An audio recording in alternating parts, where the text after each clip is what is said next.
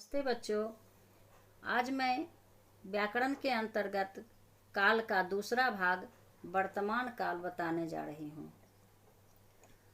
क्रिया के जिस रूप से यह पता चलता है कि कार्य अभी वर्तमान या मौजूद समय में हो रहा है उसे वर्तमान काल कहते हैं।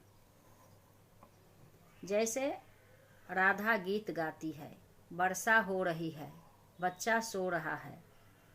वर्तमान काल के तीन भेद होते हैं: सामान्य वर्तमान, अपूर्ण वर्तमान, संदिग्ध वर्तमान। अब आइए देखते हैं सामान्य वर्तमान काल किसे कहते हैं। क्रिया के जिस रूप से कार्य का वर्तमान समय में सामान्य रूप से होने का पता चलता है उसे सामान्य वर्तमान काल कहते हैं। जैसे यह मेरा घर है, गीता पत्र लिखती है आदि। अब है अपूर्ण वर्तमान काल। क्रिया के जिस रूप से यह पता चले कि काम अभी हो रहा है, समाप्त नहीं हुआ है, उसे अपूर्ण वर्तमान काल कहते हैं। जैसे वह पढ़ रहा है, तितली उड़ रही है, बच्चा खेल रहा है इत्यादि। अब आइए संदिग्ध वर्तमान काल में। क्रिया का वह रूप जिससे कार्य के वर्तमान समय में पूर्ण होने में संदेह हो, संदिग्ध वर्तमान काल कहलाता है। माँ खाना बना रही होगी, राजू खेल रहा होगा, ये सब संदिग्ध वर्तमान काल के उदाहरण हैं। अब आइए काल के मुख्य भेद। भविष्यत काल। तो भविष्यत काल किसे कहते हैं? क्रिया के जिस रूप से उसके आने वाले समय में पूर्ण होने का बोध हो उसे भविष्यत काल कहते हैं। जैसे मैं विद्यालय जाऊंगा, कल मेरे पिताजी आएंगे इत्यादि।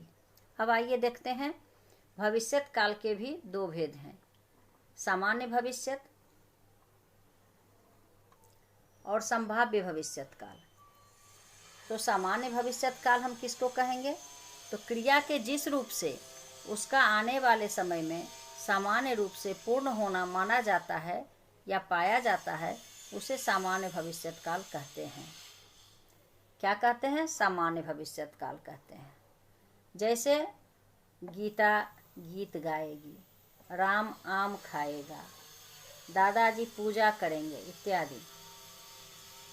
अंत में है संभाव्य भविष्यत काल। क्रिया के जिस रूप से उसका आने वाले समय में कार्य के पूरा होने की संभावना होती है उसे संभाव्य भविष्यत काल कहते हैं। जैसे शायद आज वर्षा होगी, संभव है आज मेरे दादाजी आएंगे। अब नीचे कुछ प्रश्न दिया जा रहा है जिसे आपको याद करना है। तो पढ़ाई हुई है वर्तमान काल की, तो वर्तमान काल की परिभाषा याद करना है तथा उसके कितने भेद होते हैं वो याद करना है और भेदों की परिभाषा याद करना है।